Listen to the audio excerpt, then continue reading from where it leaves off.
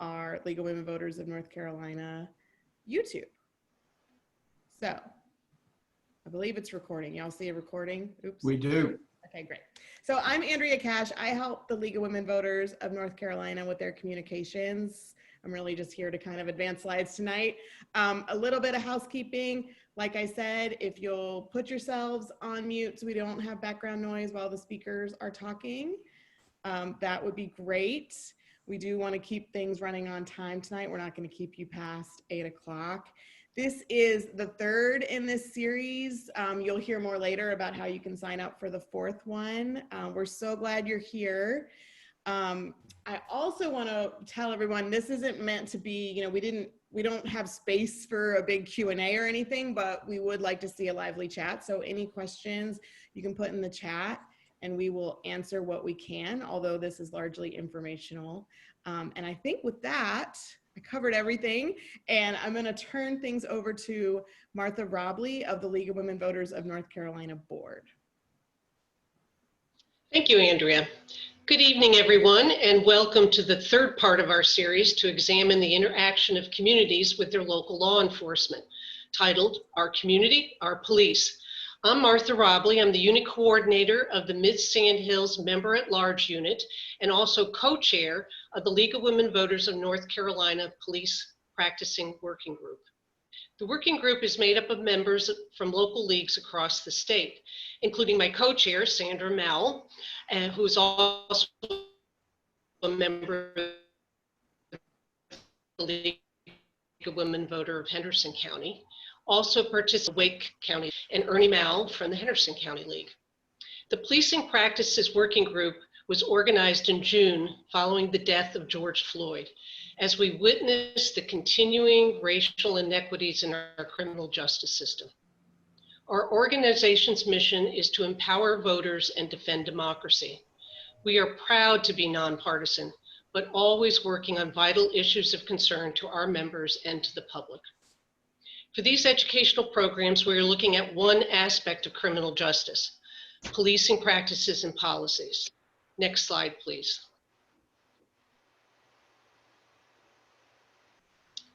The League is governed by principles that include the belief that no person should suffer legal discrimination and that the government should be responsive to the will of the people.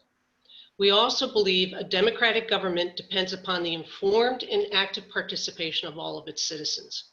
Next slide, please. The League is governed, whoops, sorry. We went too many slides, I think, but that's okay. That's okay. The League is governed by principles that include the belief that no person should suffer legal discrimination and that the government should be responsive to the will of the people. As I said, we also believe a democratic government depends upon the informed and active participation of its citizens. And my fault, next slide, please. In order for the League to take action on a public policy issue, such as policing practices, the members of our organization must first come to an understanding and agreement on that policy. We formed this group as we realized there's no policy position at either the national or the state level of our organization that specifically addresses policing issues. Without that position, the League as an organization may not weigh in on any legislative solutions that might address these issues. Recognizing there are many organizations and groups looking at police reform from a broader perspective, our working group made the decision to focus on the intersection of our local communities with our law enforcement agencies, and more specifically, the need for citizen input and citizen oversight on the impact policing policies have on our local communities. But as all good leaguers do, the first step is to educate ourselves on what the current policies and practices are. We hope these programs provide our members and the public with the information that they need and can use as a basis for understanding the issue of policing practices in North Carolina. Our fifth and final program, which will be held in December in our series, is designed for League members to discuss the possibility of doing a consensus study or a concurrence about policing practices in our state. It is for the member delegates at the 2021 state convention to agree or not on pursuing a public policy position on policing practices. Before we start the main part of tonight's program, we have a quick poll question to know who's in our audience tonight. And we'll now launch the poll question. Are you currently a member of the League of Women Voters?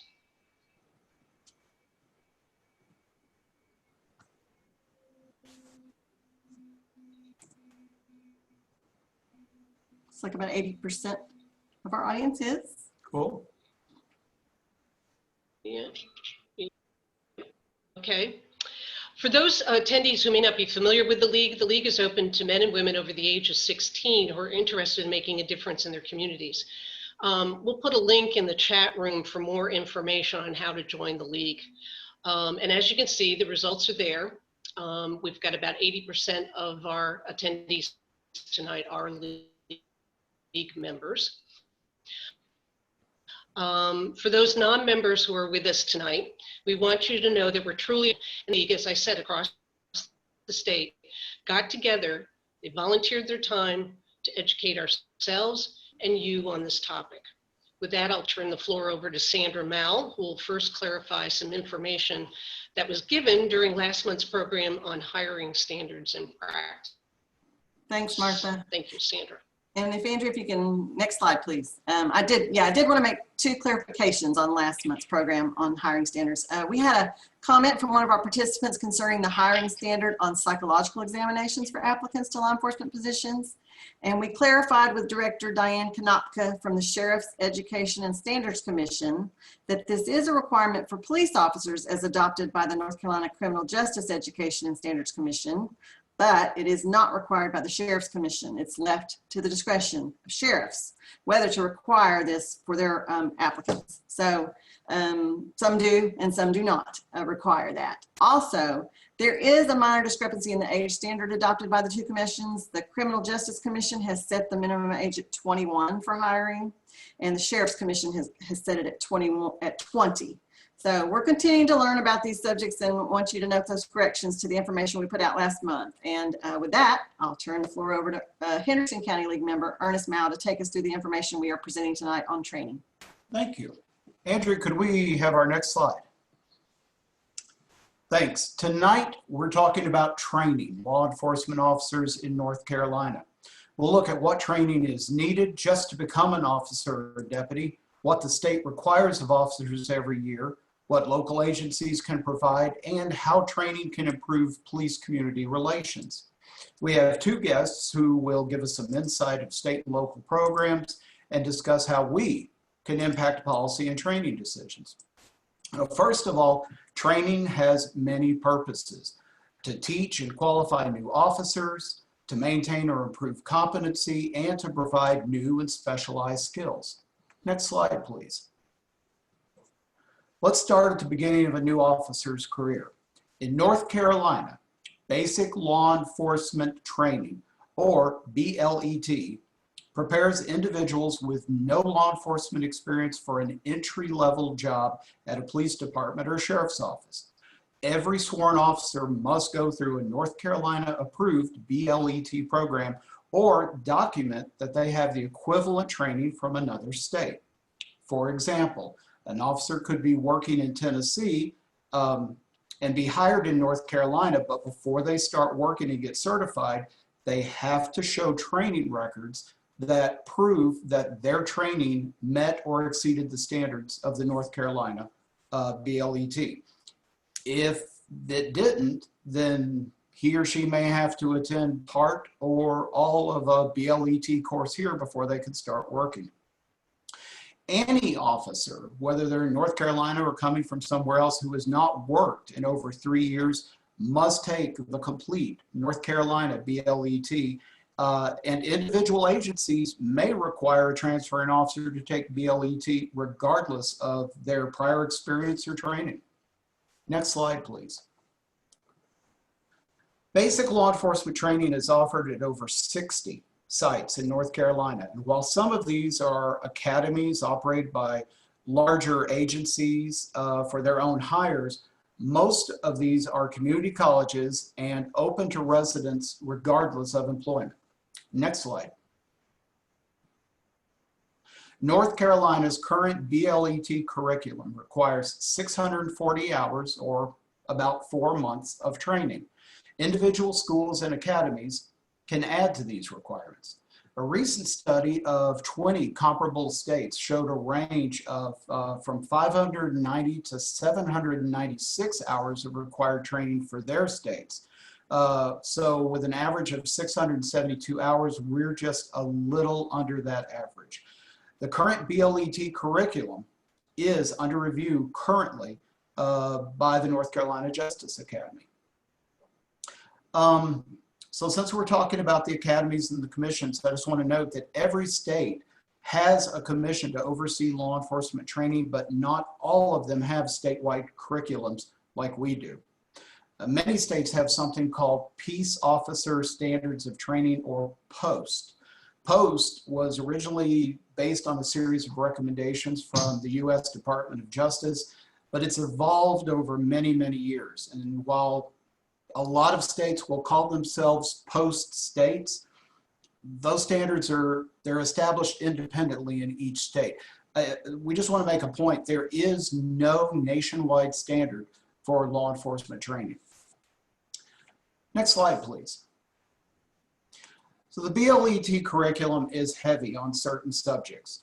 BLET is a generic course designed to teach specific skills to students who have no prior law enforcement experience.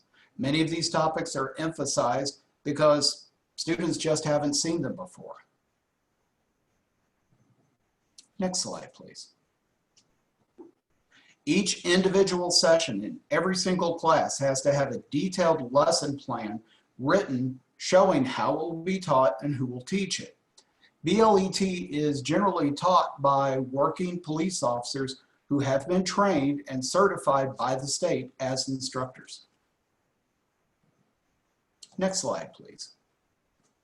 So when we bunch all of that training into broad categories, the distribution of classes looks something like this. And if we work clockwise from the top, we find many hours devoted to law and legal issues, police operational skills, investigations, tactical skills, communicating, and more. Next slide, please. And Andrea, can we start our first interview? Let's learn more about basic law enforcement training in North Carolina. Good day, and my name is Erin Cleghorn. I'm a volunteer with the League of Women Voters here in Wake County. It's my pleasure to talk to Director Trevor Allen from the Justice Academy. Director Allen, if you would please tell us a little bit about who you are and what you do and how you got into this world. Sure. Good morning, Erin. Thanks so much for, number one, for having me on. It's an honor and a pleasure to be here. So my name is Trevor Allen. I started my law enforcement career in 1992 with the Rowan County Sheriff's Department, which is a no-no to say anymore. You have to say Sheriff's Office, which makes good sense. But I say that just to show how old I am maybe now. I don't know if I want to advertise that. But and then I worked for the Salisbury Police Department here in North Carolina for 15 years.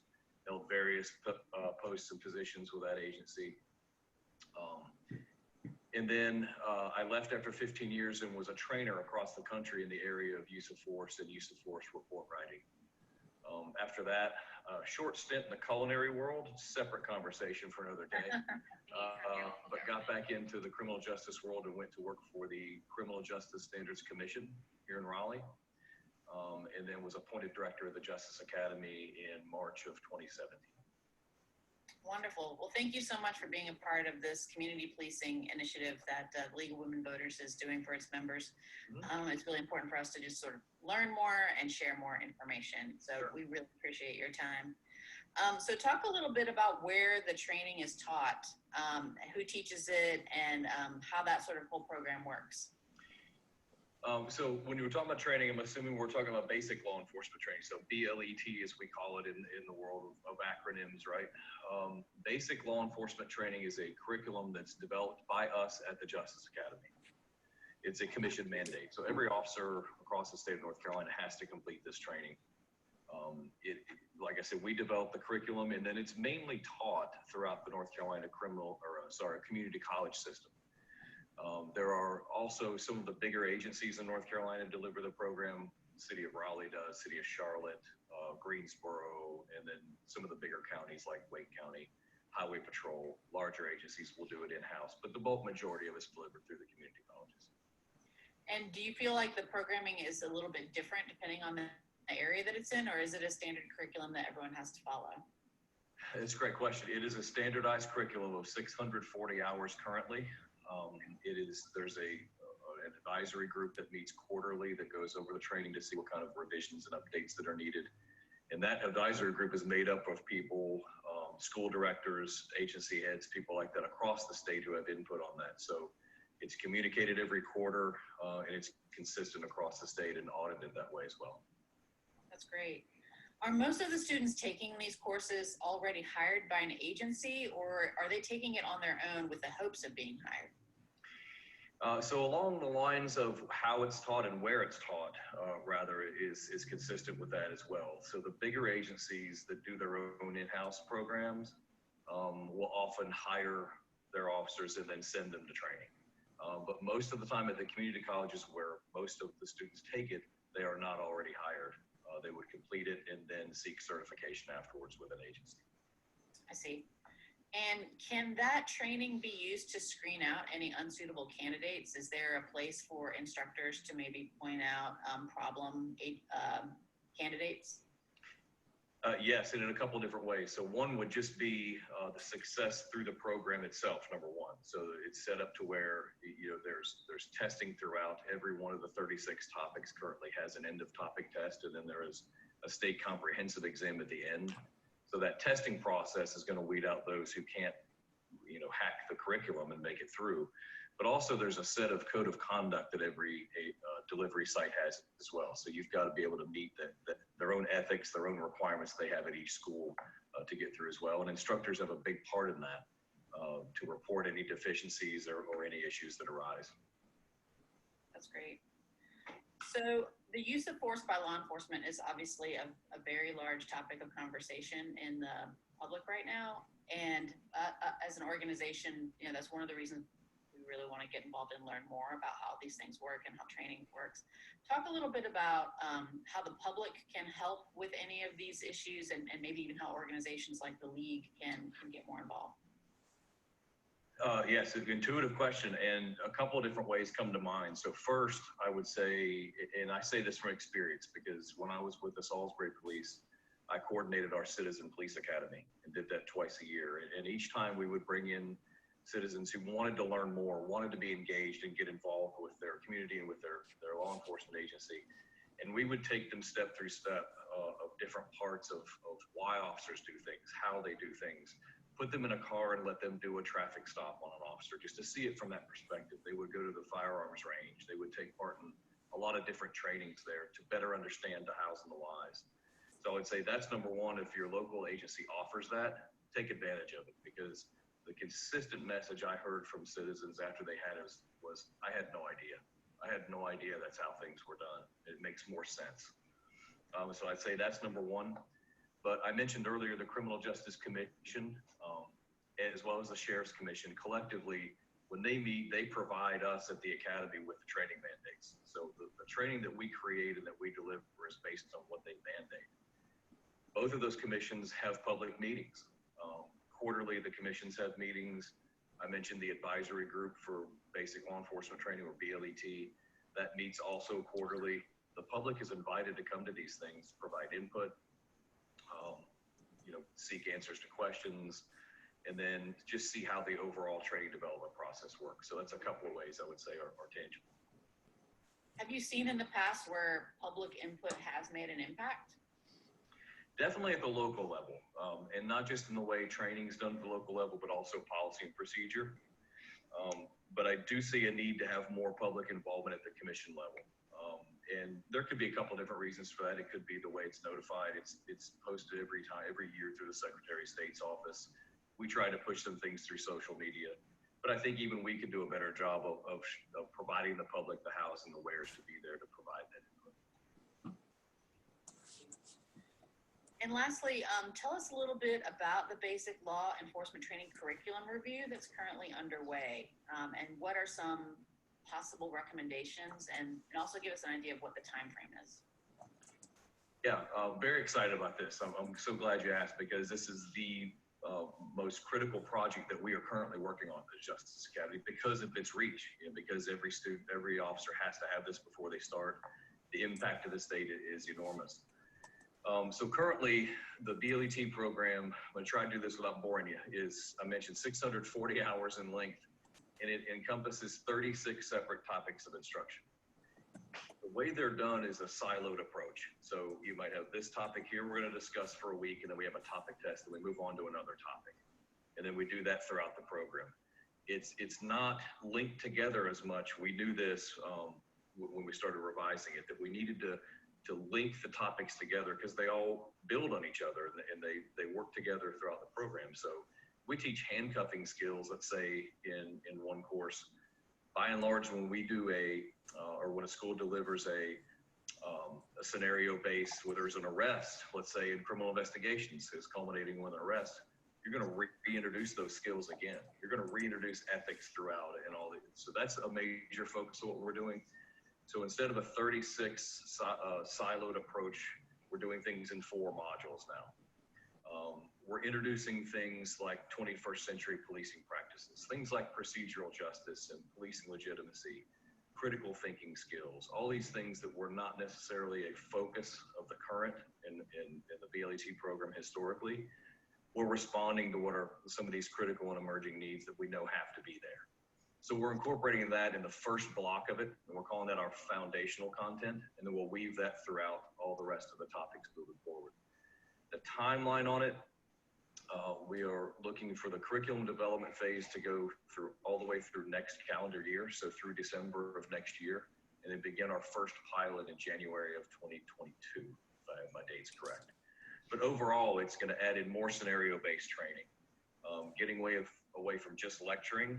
So we'll always have some lecture, but now let's have a facilitated group discussion. We're going to do a practical skills scenario to reinforce those things we just taught.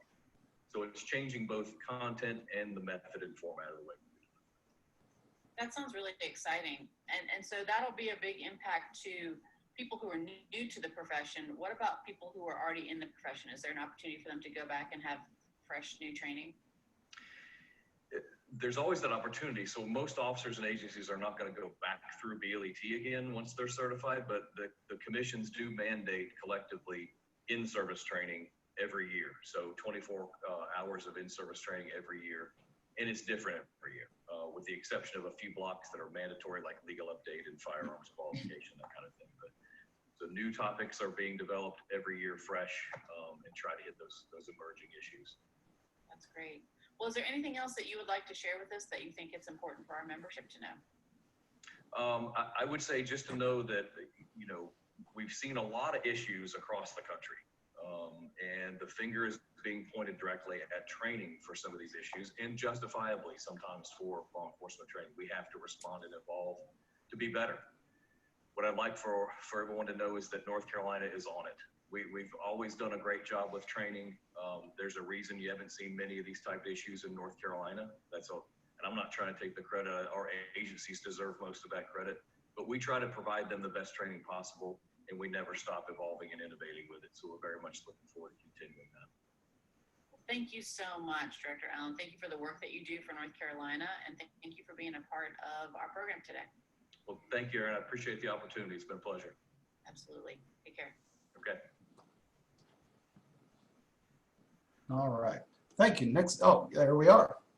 So let me point out that simply graduating BLET does not automatically make anyone a police officer.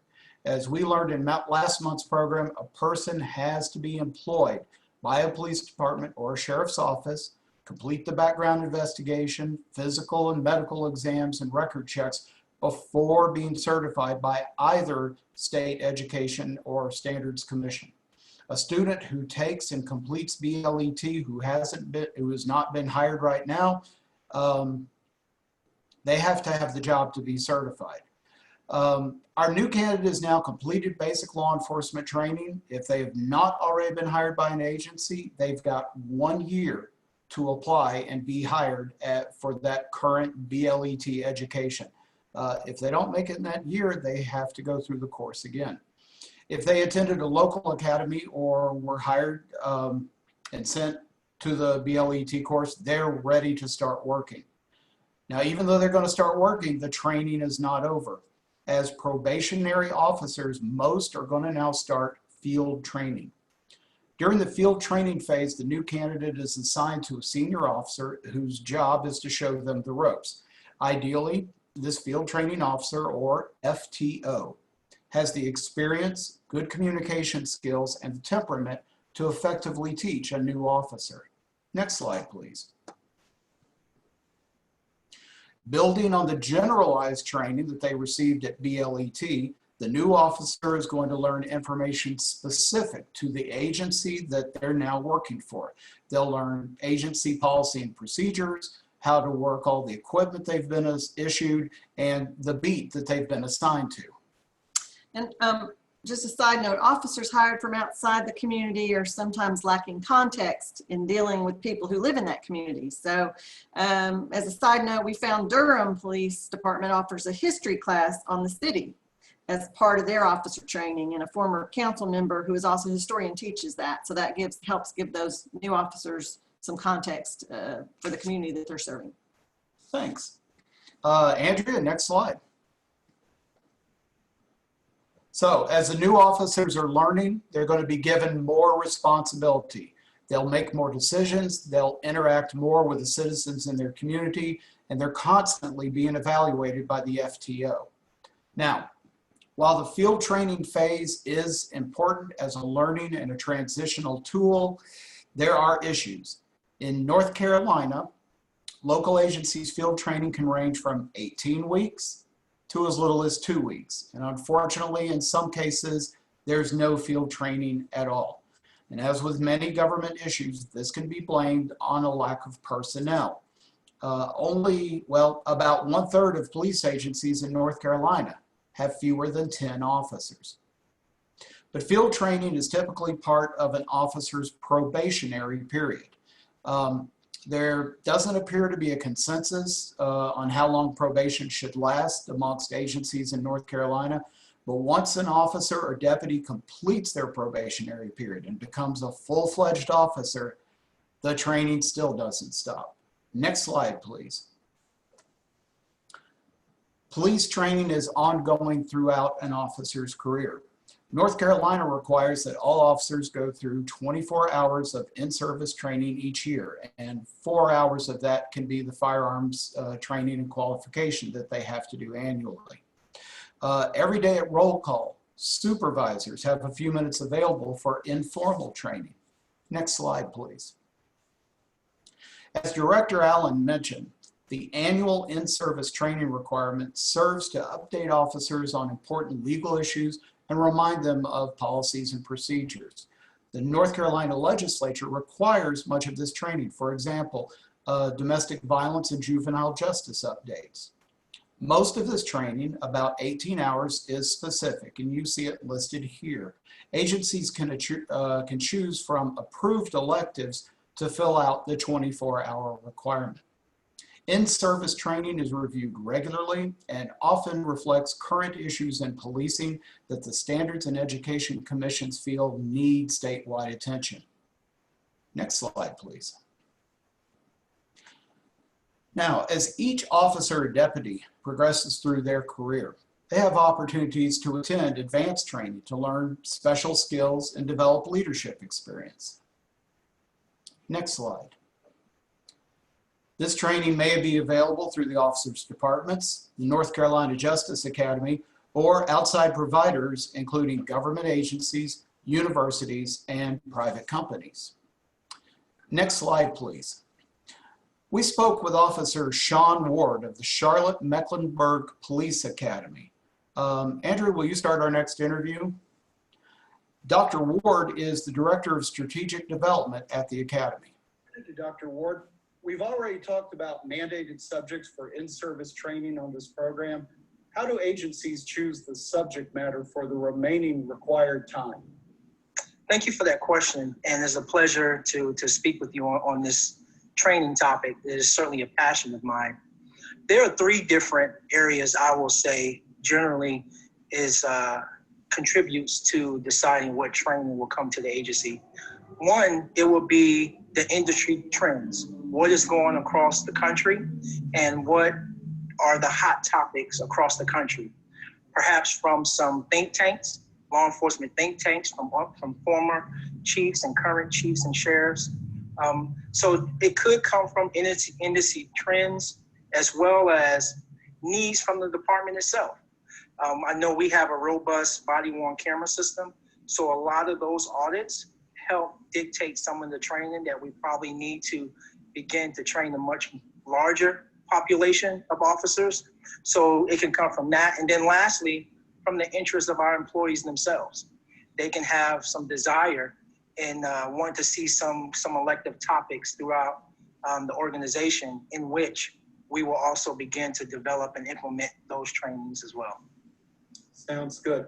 Now, in your department, how is the in-service training delivered to the officers? I know that they're working often shift work, long hours, not in the office, not time for class. How do you deliver that training? That's a great question because we try to refine that every year as well. In fact, we're working on our training calendar for year 2021. And we've talked about those modalities. One, for sure, like traditionally, we will have training here on campus at our training academy in which officers will show up for that training. We also have online training. We have the mandated state training, which is from the North Carolina Justice Academy. Each officer has his or her own training portal where they log in and they take the training, as well as our own learning management system that we have for online training, in which, again, officers have their own training portal and they would go in and log into those as well. We also have decentralized some of the training too, to accommodate those officers that are working first, second, third shift hours, as well as supporting the division needs for those division commanders to make certain we're not constantly pulling from them, having officers being required to come on campus. I understand. And do the automated systems that you're describing, do they serve also to verify and report that the officers have taken the training? Yes. In fact, with that verification, we also have supervisors who audit those trainings every so often to make certain that we have officers completing the training. And should it come up on when the training is required, the due date, then we will have officers reach out to those, and those supervisors reach out to the individual officers, supervisors, and sometime chain of command to remind them that they haven't completed the training yet. Thanks. Can you tell us about roll call training and what function that serves? Yes, so roll call training, it serves as so many different functions. One, it serves, as everyone might be familiar with, just informing officers of any information that may have happened prior shifts for this oncoming shift. It may be some direction that's coming from, our commanders in the division. Also, it could be to accommodate an officer for work he or she have done in the previous shift. It could be as well to just hear from officers, to be able to do a mental check-in with officers to ensure that they are going out serving the community at their most optimum levels. And then also regards to training, I mentioned earlier how we have decentralized some of the training, and that's just quick 2-minute drills just to ensure that officers are continuing to show proficiency out in the field. So those drills are more hands-on or more physical drills, because that's something that can be quantified and that's something that can be checked real time. Interesting. Thank you very much. Well, changing topics a little bit, we've talked about in the program, we've talked about basic training, field training, in-service training. What about advanced training? What opportunities are out there for officers who want to continue beyond just what's mandated?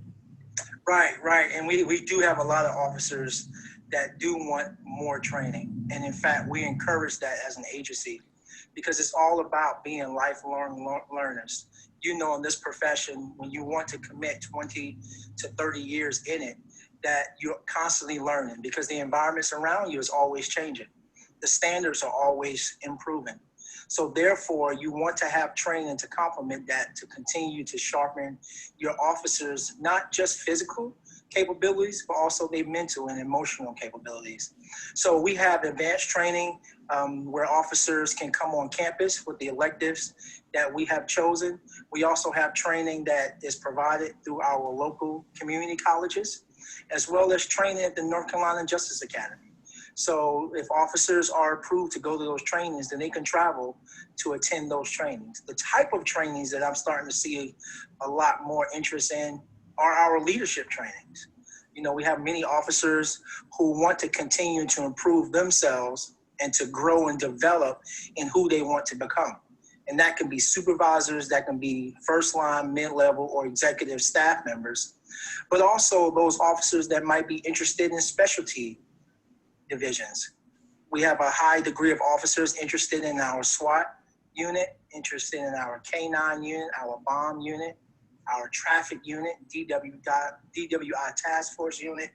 So many different other specialties that we offer will certainly be advanced training from the general training that an average officer would get responding to calls for service. Thanks. And Dr. Ward, I want to thank you for being here. Our final question, can training address and correct problem behavior with officers? That's a very good question. And I would say yes, but it has to be able to be addressed in the beginning of the problems that are concerns, because we try to capture those problems before they become major incidents that bring embarrassment to the department and to the city. So therefore, we have instituted what's called an early intervention system. And with the early intervention system, there are certain algorithms that the system will prompt such behavior attitudes from officers out in the field. And it will begin to warn supervisors of these certain behaviors, not saying that they are problems, but just concerns. So that may allow that sergeant to bring that officer in and just have conversation and to share what the early intervention has detected, to make certain that, you know, that officer is getting the type of training and counseling he or she may need to change that behavior or to begin to have a different outlook on certain instances while they're on calls for service. Thank you very much. And once again, Dr. Ward, thank you very much for being with us tonight. Thank you for your time, and I appreciate you, Mr. Morrell. Thank you.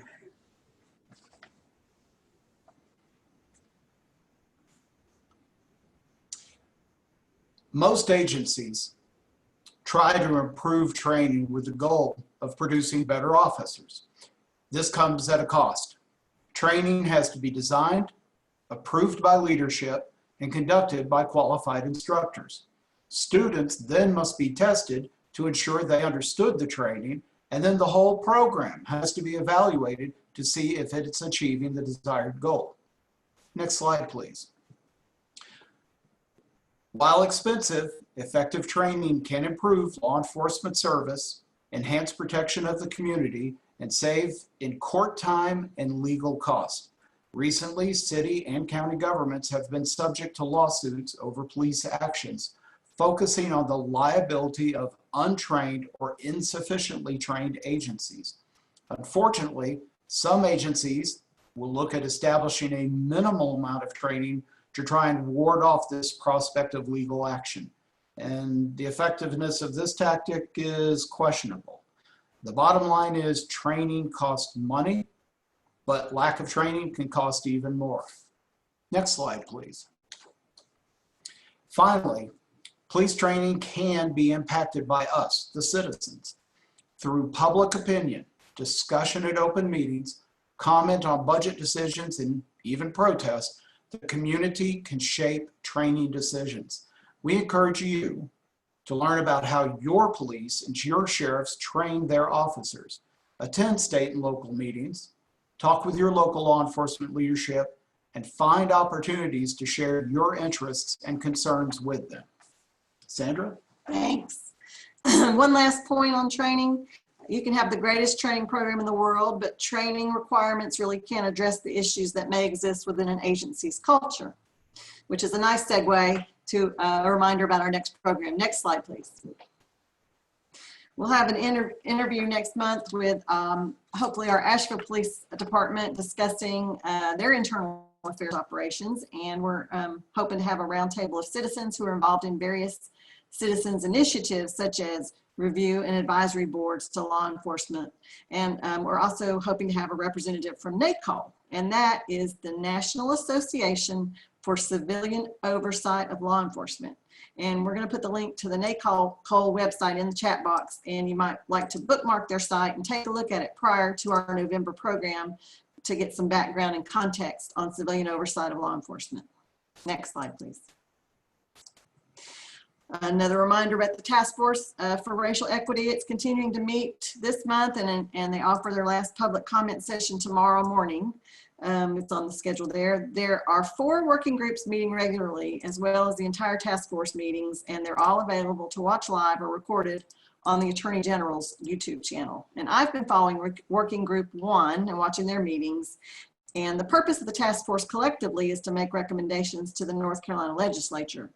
And whether the recommendations will go anywhere, we'll have to wait and see. But some of the issues I've heard them discussing, I wanted to tell you a little bit about. So funding is a big thing they're talking about for a number of areas, including money needed for additional staff at the Justice Academy to continue to revise and refine the training curriculum, more crisis intervention training, because as mental health resources are cut in communities, the number of police calls that are related to this area increase, but the officers training in that area to respond to mental health calls is not necessarily increasing. They're also looking at data collection in such areas as use of force. Currently, it is not mandated that agencies report each use of force to the State Bureau of Investigation, although some agencies do so voluntarily. So the group is considering a recommendation about this. Changes to the state statutes on personnel files for state and city or county employees is also a hot topic for discussion. Currently, the details on most police actions are not going to be shared with the public because of the way the personnel file statutes are written. So they're discussing options there.